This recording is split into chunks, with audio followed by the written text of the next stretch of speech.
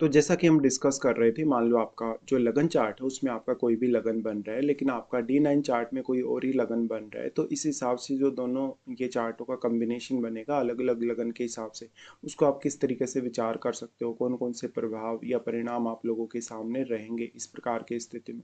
तो यहाँ पे हमने जो टॉपिक लिया है, हमारा टॉपिक है, मान लो लगन चार्ट में आपका वृषभ लगन है, लेकिन आप जब D9 में अपना देखते हैं तो मीन लगन आता है आपका। इस प्रकार की कंडीशन होने से आपका जो ओवरऑल मैरिड लाइफ वो कैसा रहेगा, मैरिज आपका कैसा जाएगा, जीवन साथी आपको कैसा मिलेगा, जीवन साथी के साथ आपकी कितनी अच्छी बनेगी या नहीं बनेगी, कौन कौन सी समस्याएं आपको जीवन में आएंगी, मैरिज के बाद में कितनी प्रगति होगी, कैरियर या ओवरऑल जो आपकी लाइफ जैसे भी रहने वाली है। साथ में आपका लगन चार्ट से, वृषभ लगन से जब आप ट्रांसफॉर्म होते हैं मेन लगन की तरफ, तो आपका लाइफ में क्या क्या बदलाव आ सकते हैं। यहाँ पे मान लो आपका वृषभ लगन बन रहा है D1 चार्ट में, तो ये सबसे पहले आपका सबसे पहला ही चार्ट है D1 चार्ट, और ये आपका बना जहाँ भी आपने जन्म लिया, जिस भी समय पर आपने जन्म लिया, जिस स्थान पे आपने जन्म लिया, वहाँ का जो पूर्वी क्षितिज पर जो उदित राशि थी वही आपके लगन में आ गई, और उसका जो डिग्री है वो 0 से 30 डिग्री तक हो सकता है। तो आप देखिए कि आपका जो राशि है यहाँ पर उसका डिग्री एक्चुअल में कितना है। और यहाँ पर जो अब आपका जो राशि बना, राशि के स्वामी आपके शुक्र हुए, शुक्र की प्लेसमेंट भी उस समय जहाँ गोचर में थी आपको वहीं दिखेंगे। साथ में यहाँ पे सप्तमेश मंगल है, तो शुक्र और मंगल दोनों की पोजीशन देखना बहुत ही जरूरी है। साथ में क्या कोई लगन में इस समय जब आपका जन्म हुआ तो कोई प्लैनेट था, तो वो प्लैनेट, या सप्तम में यदि कोई प्लैनेट गोचर में था तो वो आपको गोचर में वहीं दिखेगा। ऐसी कंडीशन में आपका कुछ उसी प्रकार का चार्ट बन जाएगा जहाँ भी आपने जन्म लिया उस समय का जो जहाँ का गोचर था।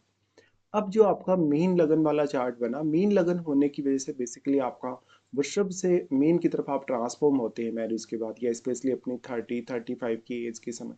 तो ये आपका फर्स्ट हाफ ऑफ लाइफ है जो आपका लगन चार्ट है, और ये सेकंड हाफ ऑफ लाइफ है।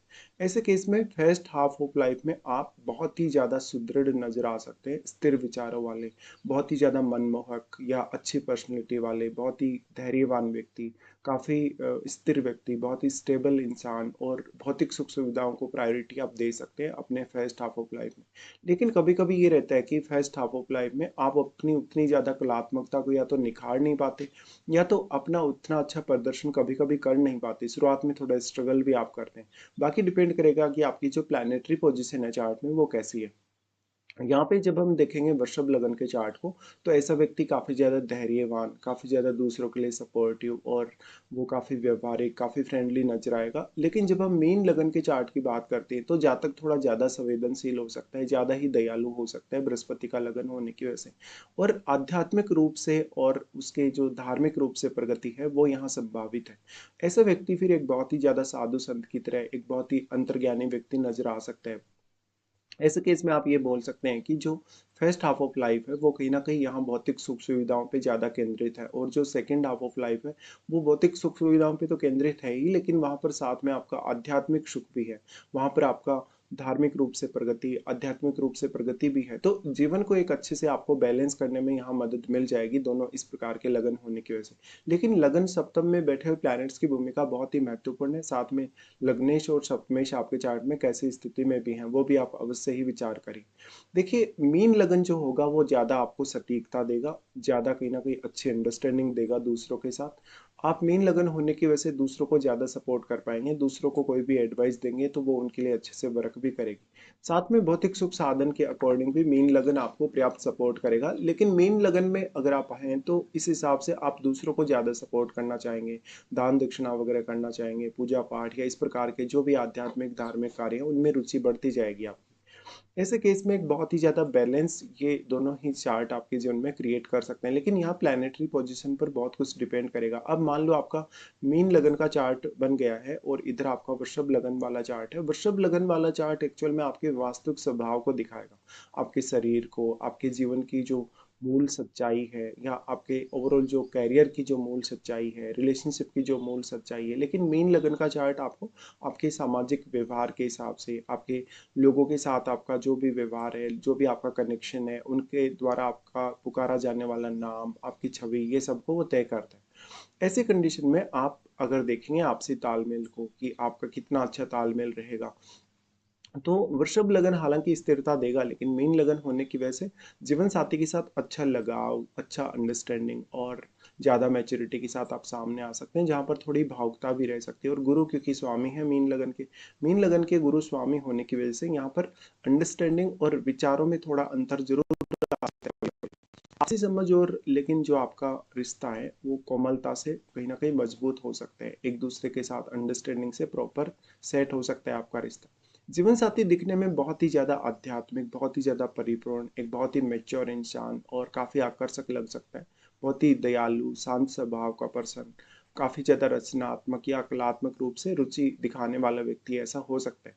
और हमेशा आप परिवार को साथ लेकर चलने वाले होंगे। जीवन साथी आपका आपकी तुलना में ज्यादा समझदार हो सकता है, ज्यादा विवेकशील हो सकता है।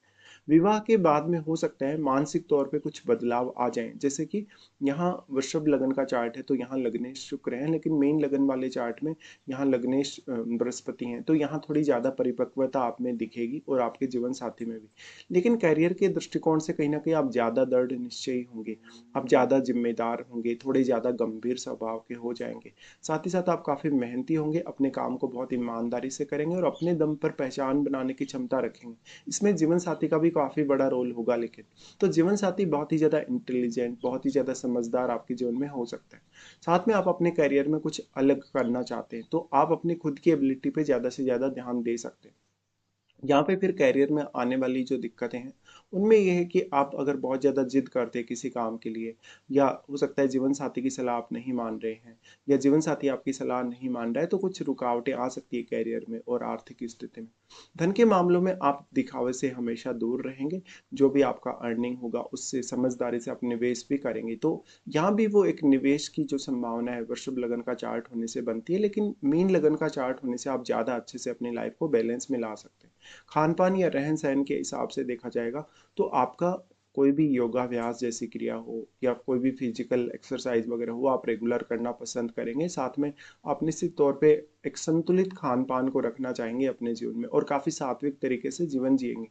अब मान लो अगर लग्नेश अच्छी स्थिति में है, सप्तमेश भी अगर अच्छी स्थिति में है, तो इससे जीवन को एक अच्छा बैलेंस देने में आपको मदद मिल पाएगी। अब जो जीवन साथी है वो आपकी तुलना में ज्यादा विवेकशील, ज्यादा समझदार या ज्यादा प्रभावशाली साबित हो सकता है कुछ केसेस में। जीवन साथी आपका आध्यात्मिक तौर पे आपको ज्यादा ट्रांसफॉर्म कर सकता है आपकी तुलना में। लेकिन आपका कहीं ना कहीं जो कनेक्शन है, क्योंकि इधर वृषभ लगन है, तो आपका कनेक्शन कहीं ना कहीं भौतिक सुख सुविधाओं की तरफ थोड़ा ज्यादा झुका रहेगा। लेकिन उम्र बढ़ने के साथ साथ, आपकी एज बढ़ने के साथ साथ धीरे धीरे आप इधर ही ट्रांसफॉर्म हो जाएंगे। तो यहाँ लगन और सप्तम भाव में बैठे हुए प्लैनेट्स की भूमिका बहुत ही बड़ी है आपके लिए। अब मान लो अगर आपका बृहस्पति अच्छा नहीं बैठा है, आपका बुध भी अगर चार्ट में अच्छा नहीं बैठा है, तो काफ़ी सारी प्रॉब्लम्स हो सकती हैं, आपके कम्युनिकेशन में इश्यूज हो सकते हैं, जीवन साथी के साथ मिसअंडरस्टैंडिंग हो सकती है, या जिस प्रकार का आप जीवन साथी चाहते थे, जिस प्रकार का आपने एक्सपेक्ट किया था वैसा नहीं मिल रहा आपको, या जीवन साथी में कुछ कमी है, यानी बहुत सारी इस प्रकार की कमियां आपको दिख सकती हैं। लेकिन मेन लगन होने के कारण आप हर जगह एडजस्ट करेंगे, हर जगह कॉम्प्रोमाइज करेंगे और कॉम्प्रोमाइज के बेस पे आप अपने रिश्ते को काफी लंबे समय तक चला सकते हैं। इसके साथ साथ देखना पड़ेगा कि दूसरे कौन कौन से प्लानिटरी जो प्रभाव हैं आपके लगन और सप्तम भाव पे हैं दोनों ही चार्टों में, और इसमें फिर आपकी महादशा भी बहुत ही ज्यादा मैटर करेगी। तो आपको अगर लग्नेश की या सप्तमेश की महादशा हो या इन भाव में बैठे हुए प्लैनेट्स की अगर महादशा हो, तो वो आपके जीवन में बहुत बड़ा रोल प्ले करेगी। मीन लगन एक ड्यूअल साइन वाला लगन है। मीन लगन ड्यूअल साइन वाला लगन होने के साथ साथ यहाँ पर बेसिकली ये 12वें भाव की राशि है कालपुरुष के हिसाब से देखा जाए तो यहाँ पर भौतिक सुख सुविधा भी उतने ही इंपॉर्टेंट हो जाएंगे अगर लगन में कोई शुभ प्लैनेट बैठा होगा तो। और आपके लिए आपका जीवन, जो ओवरऑल जीवन का जो मूल उद्देश्य है आपका, वो भी उतना ही इंपॉर्टेंट हो जाएगा।